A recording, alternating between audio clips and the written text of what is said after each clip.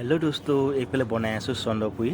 কাৰণ আজি মিঠাই কি বনাও সেয়া ভিডিও আপোনালোকৰ মাজলৈ দিম সো প্লিজ অকমান মৰম আৰু সহায় কৰিব আপোনালোকে আৰু এইফালে চা চন্দ্ৰপুৰীটো হোৱা পিছত কি কৰিব ধুনিয়াকৈ পাল্টি কৈ তাক ধুনিয়াকৈ ফ্ৰাই কৰিবলগীয়া হয় আমাৰ এইফালে চন্দ্ৰপুৰী বুলি কয় আপোনালোকৰ বোলে কি বুলি কয় কবচোন কমেন্টত আৰু এইফালে বনাই আছো পেৰা ইয়াত 14 লিটাৰ গাখীৰ গলাই পেলে মই পেৰা বনাইছো যেতিয়া ডাঠ হৈ যাব তেতিয়া মই এক বাহিৰলৈ উলিয়াই পেলে ধুনিয়াকৈ সৰুকৈ গুটি বনাই পেৰাটো জানেই সবেই খাইছে চাগে সবেই ন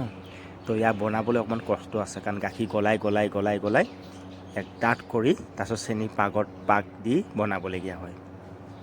বুজিছেনে তেনেকৈ এক হিলাই থাকিবলগীয়া হয় একদম স্পেশাল পেৰা হয় এটো কাৰণ পেৰা স্পেশাল কোনটো কয় যিটো গাখীৰ গলাই পেলে মাৰে এটা আছে ডাইৰেক্ট পাউডাৰ দি মাৰে পাউডাৰ দি ডাইৰেক্ট মাৰিলে তো হোৱাইট হয় সেটো ইমান টেষ্ট নাপাব আৰু যেটো গাখীৰ গলাই মাৰা হয় হেতু অকমান ৰংচঙিয়া হয়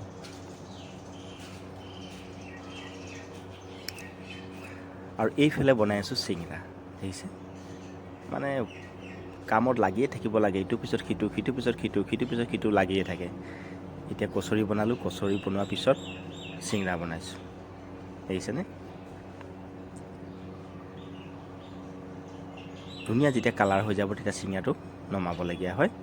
আৰু মই ৰেচিপি ভিডিও দিয়া আছে চাব পাৰে আপোনালোকে গৈ পেলে কেনেকৈ বনোৱা হয় আৰু এইফালে দেখিছেনে পেৰা বনালো ধুনিয়াকৈ গুটি কাটি ধুনিয়াকৈ হাতে দবাই পেলে মই পেৰা বনাই ৰেডি কৰি দিলো